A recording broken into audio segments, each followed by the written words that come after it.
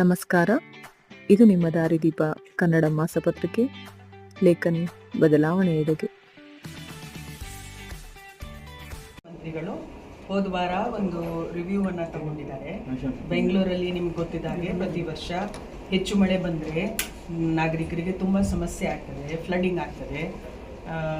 ಏನಾದರೂ ಮರಗಳು ಬಿದ್ದರೆ ಜೀವಹಾನಿನೂ ಆಗ್ಲಿಕ್ಕೆ ಸಾಧ್ಯ ಇರ್ತದೆ. ಸೊ ಇಂಥ ಎಲ್ಲ ಸಮಸ್ಯೆಗಳನ್ನು ಇವತ್ತು ನಾವು ತಾಂತ್ರಿಕ ಬೆಳವಣಿಗೆಗಳಿಂದ, ಟೆಕ್ನಾಲಜಿ ಇನೋವೇಷನಿಂದ ಯಾವ ರೀತಿ ತಡೆಗಟ್ಟುವ ಕೆಲಸವನ್ನು ಮಾಡಬಹುದು ಅಂತ ಹೇಳಿ ಅದು ನಾನು ನೋಡಕ್ಕೆ ಬಂದಿದ್ದೀನಿ. ಇಲ್ಲಿ ಸ್ಮಾರ್ಟ್ ಸಿಟಿ ಸೆಂಟರಿಂದ ನಿಮ್ಗೆ ಗೊತ್ತಿದ್ದ ಹಾಗೆ integrated command and control centre ಇದೆ. ಸುಮಾರು 14 ಏಜೆನ್ಸಿಗಳು, ವಿವಿಧ ಇಲಾಖೆಗಳು ಅವರು ಈ ಬೃಹತ್ ಬ್ಯಾಂಗ್ಳೂರ್ ಪ್ರದೇಶದಲ್ಲಿ ಕೆಲಸ ಮಾಡ್ತಾ ಇರೋದು. ಅವರು BMTC ಇರ್ಬೋದು, ಪೊಲೀಸ್ ಇಲಾಖೆ ಇರ್ಬೋದು, ನಮ್ಮ BWSSB ಇರ್ಬೋದು. ಸೊ ಇವೆಲ್ಲ ಇಲಾಖೆಗಳಿಂದ ಏನೇನೋ ಮಾಹಿತಿ ಬರುತ್ತೆ ಅದನ್ನು ಇಲ್ಲಿ ಕ್ರೋಢೀಕರಿಸಿ ಅದರ ಬಗ್ಗೆ ನಾಗರಿಕರಿಗೆ ಯಾವುದೇ ಸಮಸ್ಯೆ ಆಗದಂತೆ ಯಾವ ರೀತಿ ಕ್ರಮಗಳನ್ನು ನಾವು ಮಾಡ್ಬೋದು ಒಟ್ಟು ಸೇರಿ. ಸೊ ಅದು ಒಂದು ಕಮಿಟಿ ಇರುತ್ತೆ ಚೀಫ್ ಸೆಕ್ರೆಟರಿ ಅಧ್ಯಕ್ಷತೆಯಲ್ಲಿ. ಅದನ್ನು ಇಂಟಿಗ್ರೇಟ್ ಮಾಡಿ ಕನ್ವರ್ಜೆನ್ಸ್ ಕಮಿಟಿ, ಕೋಆರ್ಡಿನೇಷನ್ ಕಮಿಟಿ ಅಂತ ಹೇಳ್ತಾರೆ. ಸೊ ಆವಾಗ ಏನಾಗುತ್ತೆ, ನಮಗೆ ಮಾಹಿತಿ ಇಂಪಾರ್ಟೆಂಟ್ ಇರುತ್ತೆ. ಸೊ ಈ ಸಂಸ್ಥೆಗೆ ನಾವು ಈ ಜವಾಬ್ದಾರಿಯನ್ನು ಕೊಟ್ಟಿದ್ದೀವಿ. ಈಗ ಎಲ್ಲಿ ಮ್ಯಾನ್ ಹೋಲ್ ಪ್ರಾಬ್ಲಮ್ ಆಗಿದೆ, ಎಲ್ಲಿ ಹೆಚ್ಚು ಸ್ಟಾರ್ಮ್ ವಾಟರ್ ಡ್ರೈನಲ್ಲಿ ನೀರು ಒಂದು ಡೇಂಜರ್ ಲೆವೆಲಿಂದ, ನಾವು ಹೇಗೆ ಡ್ಯಾಮ್ಸಲ್ಲಿ ಮಾನಿಟರ್ ಮಾಡ್ತೀವಿ, ಸೊ ಡೇಂಜರ್ ಲೆವೆಲಿಂದ ಮೇಲೆ ಬರ್ತಾ ಇದೆ, ತಕ್ಷಣ ಅಲ್ಲಿ ಏನು ಕ್ರಮ ಆಗಬೇಕು, ಗಾರ್ಬೇಜ್ ಪ್ರಾಬ್ಲಮ್ ಎಲ್ಲಿ ಆಗ್ತಾ ಇದೆ, ಪಾಟ್ ಹೋಲ್ ಪ್ರಾಬ್ಲಮ್ ಎಲ್ಲಿ ಆಗ್ತಾ ಇದೆ, ಜೊತೆಗೆ ಸಿಟಿಸನ್ ಗ್ರೀವ್ಯಾನ್ಸಸ್ ಬಹಳಷ್ಟು ಬರ್ತವೆ. ನಾಗರಿಕರಿಗೆ ಸಮಸ್ಯೆಗಳು ಇರ್ತವೆ. ಅವರು ಸಹಾಯ ಆ್ಯಪ್ ಮೂಲಕ ಕೂಡ ಅವರು ಹೇಳ್ತಾ ಇದ್ದಾರೆ. ಇವತ್ತು ಲಕ್ಷಾಂತರ ಜನ ತಮ್ಮ ಕಂಪ್ಲೇಂಟ್ಸ್ ಅನ್ನು ಹೇಳ್ತಾ ಇದ್ದಾರೆ. ಅದೇ ರೀತಿ ನಮ್ದು ಒಂದು ಹೆಲ್ಪ್ಲೈನ್ ಫೋನ್ ನಂಬರು ಇದೆ. ಯಾರಿಗೆ ಗೊತ್ತಾ ಹೆಲ್ಪ್ಲೈನ್ ನಂಬರ್ ಏನಿದೆ ನಮ್ದು? 1533 ಅಂತ. ಇಟ್ 24/7 24 ಗಂಟೆ 7 ದಿನಕ್ಕೆ ಅಂದರೆ ನಿರಂತರವಾಗಿ ಇರ್ತಕ್ಕಂಥ ಈ ಹೆಲ್ಪ್ಲೈನ್ ನಂಬರು ನಾಗರಿಕರು ಅವೈಲೇಬಲ್ ಇದೆ. ಅವ್ರು ಬೇರೆ ಬೇರೆ ಪ್ರಾಬ್ಲಮ್ಸ್ ಅನ್ನ ಹೇಳ್ತಾರೆ. ಸೊ ಎಲ್ಲ ಮೂಲಗಳಿಂದ ಬೇರೆ ಕೆಲವು ಇಮೇಲ್ ಕೊಡ್ತಾರೆ, ಕೆಲವು 112 ಕಳಿಸ್ತಾರೆ, ಎಟ್ಸೆಟ್ರಾ ವೆಬ್ಸೈಟಲ್ಲಿ ಮಾಡ್ತಾರೆ.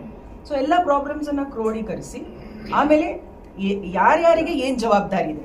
ಇಲೆಕ್ಟ್ರಿಕಲ್ ಕೆಲಸ, ಈಗ ಸ್ಟ್ರೀಟ್ ಲೈಟ್ಗೆ ತುಂಬ ಪ್ರಾಬ್ಲಮ್ ಬರ್ತಾ ಇದೆ. ಸೊ ಆ ಇಲೆಕ್ಟ್ರಿಕಲ್ ಕೆಲಸನವರು ಅವ್ರು ಮಾಡಬೇಕು.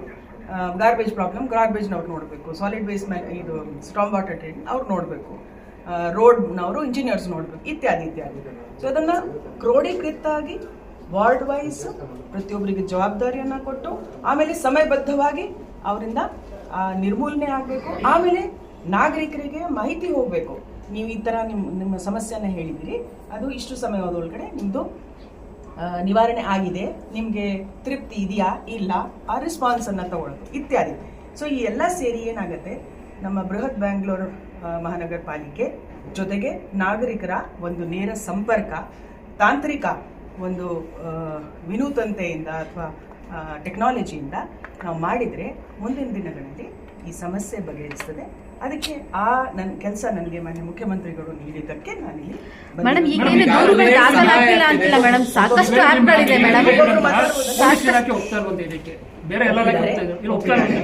ನಾನು ಹೇಳ್ತಾ ಇದ್ದೀನಲ್ಲ.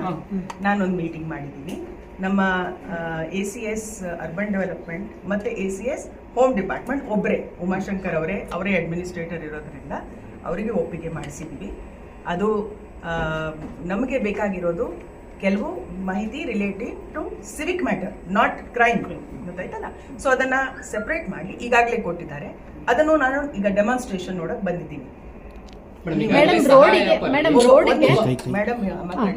ಮೇಡಮ್, ರೋಡ್ ಬಗ್ಗೆ ದೂರ ಕಂಪ್ಲೇಂಟ್ಗಳನ್ನ ಕೊಡ್ಲಿಕ್ಕೆ, ಹಾಗೆ ಮರಗಳು ಬಿದ್ದರೆ ಕಂಪ್ಲೇಂಟ್ಗಳನ್ನ ಕೊಡ್ಲಿಕ್ಕೆ ಹೀಗೆ ಹಲವಾರು ಆ್ಯಪ್ಗಳು ಈಗಾಗಲೇ BBMP ಇದಾವೆ. ಆದ್ರೆ ಅವ್ಯಾವು ಕೂಡ ಸರಿಯಾದ ಸಮಯಕ್ಕೆ ಜನರಿಗೆ ಹೋಗ್ತಾ ಇಲ್ಲ, ಕ್ಲಿಯರೆನ್ಸ್ ಆಗ್ತಿಲ್ಲ ಅಂತ. ಯಾಕಂದ್ರೆ ಈ ಸಲಿನೂ ಕೂಡ ಮರ ಬಿದ್ದು ಸಾಕಷ್ಟು ಜನ ಬಹಳಷ್ಟು ಪ್ರಾಬ್ಲಮ್ ಆಗಿದೆ, ಸಾಕಷ್ಟು ಜನ ಹಾಸ್ಪಿಟಲೈಸ್ ಆಗಿದ್ದಾರೆ, ಮೇಲೆ ಎದಳಕ್ಕೆ ಆಗಲ್ಲ. ಅಂತಹ ದೊಡ್ಡ ದೊಡ್ಡ ದುರಂತಕ್ಕೆ ಇಡೀ ಕುಟುಂಬ ಒಳಗಾಗಿರ್ತಕ್ಕಂಥದ್ದು. ಆದ್ರೆ ಆದಷ್ಟು ಬೇಗ ಜನರಿಗೆ ರೀಚ್ ಆಗ್ತಾ ಇಲ್ಲ ಸಹಾಯಗಳು ಅಂತಕ್ಕಂಥದ್ದು ಆರೋಪ. ಅದನ್ನ ಚುರುಕುಗೊಳಿಸ್ಲಿಕ್ಕೆ ನಾನು ಬಂದಿರೋದು. ಈಗ ತಾಂತ್ರಿಕತೆ ನಾವು ಯೂಸ್ ಮಾಡಿದ್ರೆ ರೆಸ್ಪಾನ್ಸ್ ಟೈಮ್ ಕ್ವಿಕ್ ಆಗಬೇಕು. ಲೇಟ್ ಆಗಿ ಮಾಡಿದ್ರೆ ಏನ್ ಪ್ರಯೋಜನ? ಇನ್ಕ್ಲೂಡಿಂಗ್ ಗುಂಡಿ ವಿಚಾರದಲ್ಲೂ ಅಷ್ಟೇ ಮೇಡಮ್. 2100 ಕಂಪ್ಲೇಂಟ್ ಬಂದಿದೆ, ಆದ್ರೆ 600 ಕಂಪ್ಲೇಂಟ್ ಕೂಡ ರೀಚ್ ಬಂದಿದ್ದೀನಿ. ನಮ್ಮ ಆಡಳಿತದಲ್ಲಿ ಯಾವ ರೀತಿ ಚುರುಕುತನನ್ನ ತಂದ್ರೆ ಜನರಿಗೆ ತಕ್ಷಣ ರೆಸ್ಪಾನ್ಸ್ ಸಿಗಬೇಕು, ಸಹಾಯ ಸಿಗಬೇಕು. ಸಹಾಯ ಆ್ಯಪ್ ಮಾತ್ರ ಹೆಸರು ಮಾಡಿದ್ರೆ ಆಗೋದಿಲ್ಲ. ಈಗ ಪ್ರಮುಖವಾಗಿ ಪೊಲೀಸ್ ಇಲಾಖೆ ಒತ್ತುವರಿ ವಿಷಯನೂ ಬಂದಿದೆ. ಟ್ರಾಫಿಕ್ ರಸ್ತೆಗುಂಡಿ ವಿಚಾರ, ಮಳೆ ಬಂದಾಗ ರಸ್ತೆಗಳು ಬ್ಲಾಕ್ ಆಗೋದು, ಬಿಬಿಎಂಪಿ ಮತ್ತು ಟ್ರಾಫಿಕ್ ನಡುವೆ ಸಮನ್ವಯ ಕೆಲವೊಂದು ಗುಂಡಿಗಳನ್ನ ಪೊಲೀಸ್ನವರೇ ಮುಚ್ತಾ ಇದ್ದಾರೆ, ಸಿಮೆಂಟ್ ಎಲ್ಲ ಹಾಕಿ. ಸೊ ನಾನು ಹೇಳಿದೆ ಅಲ್ಲ, ಈ ನಮ್ಮ ಕೋಆರ್ಡಿನೇಷನ್ ಮೀಟಿಂಗ್ ನಲ್ಲಿ ಟ್ರಾಫಿಕ್ನವರು ಪೊಲೀಸ್ನವರು ಕೂಡ ಇದರಲ್ಲಿ ಇದ್ದಾರೆ. ಅವರು ಸುಮಾರು ಪಾಯಿಂಟ್ಸ್ ನಮಗೆ ಹೇಳಿದ್ದಾರೆ. BBMP ಗೆ ಕೊಟ್ಟಿದ್ದೀನಿ. ಅದನ್ನು ಶಾಶ್ವತವಾಗಿ ಅದನ್ನು ಸರಿಪಡಿಸಿದ್ರೆ ಮುಂದಕ್ಕೆ ಈ ಪ್ರಾಬ್ಲಮ್ ಬರೋದಿಲ್ಲ. ಮೈನ್ಲಿ ಮೇಡಮ್ BBMP ಇರುವಂತಹ ಹಳೆ ಕಂಪ್ಲೇಂಟ್ ಅಂತ ಅಂದ್ರೆ BBMP ಸಿಬ್ಬಂದಿಗಳ ಕೊರತೆ ಇದೆ, ಸಾಕಷ್ಟು ಜನರಿಂದ ರೆಕ್ರೂಟ್ಮೆಂಟ್ ಆಗಿಲ್ಲ ಅಂತ. ಈಗ ಒಂದ್ ಕಡೆ ನೀರ್ ನಿಂತರೂ ಕೂಡ ಅದನ್ನ ಕ್ಲಿಯರ್ ಮಾಡಕ್ಕೆ ಪೊಲೀಸ್ನವ್ರು ಬಂದು ಕಡ್ಡಿ ಹಾಕಿ ಅದನ್ನ ಕ್ಲಿಯರ್ ಮಾಡ್ಬೇಕು, ಆ ರೀತಿಯ ಪರಿಸ್ಥಿತಿ ಉದ್ಭವ ಆಗಿದೆ. ಗುಂಡಿ ಬಿದ್ರೂ ಅದನ್ನ ಮಣ್ಣು ತಂದು ಎಲ್ಲಿಂದಲೂ ಮುಚ್ಚಬೇಕು.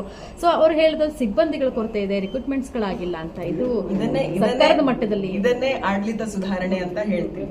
ನಮ್ಮಲ್ಲಿ ಇರ್ತಕ್ಕಂಥ ಮಾನವ ಸಂಪನ್ಮೂಲ ಹೇಗಿದ್ದಾವೆ ಅವರನ್ನು ನಾವು ಆದಷ್ಟು ಆಪ್ಟಿಮೈಸ್, ಉತ್ತಮವಾಗಿ ಅವರಿಂದ ಕೆಲಸ ಹೆಂಗ್ ತಗೊಳ್ತೀವಿ, ಮತ್ತೆ ಕನ್ವರ್ಜೆನ್ಸ್. ನಾವು ಎಲ್ಲರೂ, ಈಗ ನಾನು ಖಾಲಿ ಬಿದ್ದಿದ್ದೀನಿ, ನಂದು ಏನ್ ಕೆಲಸ ಇಲ್ಲ, ಇನ್ನೊಬ್ಬರಿಗೆ 100 ಪಟ್ಟು ಕೆಲಸ ಇದೆ. ಸೊ ಬಟ್ ನಾನು ಟೀಮ್ ಆಗಿ ತಂಡಾಗಿ ಕೆಲಸ ಮಾಡಿದ್ರೆ ಕೆಲಸ ಹಂಚಿ ಹೋಗ್ತದೆ. ಈ ಸಿಬ್ಬಂದಿ ಕೊರತೆ ನಮಗೆ ಕಾಡೋದಿಲ್ಲ. ಅದಕ್ಕೆ ಆಡಳಿತಾತ್ಮಕ ತಂತ್ರಗಳನ್ನು ಕೂಡ ನಾವು ಹೊರತುಪಡಿಸಿ ಮೇಡಮ್, ಈಗ ಗೃಹ ಇಲಾಖೆ ನಿಮ್ಮ ಬರುತ್ತೆ, ಈಗ ಸೆಂಟ್ರಲ್ ಆಗಿರುವಂತಹ ಘಟನೆಗೆ ಏನು ಹೇಳ್ತೀವಿ?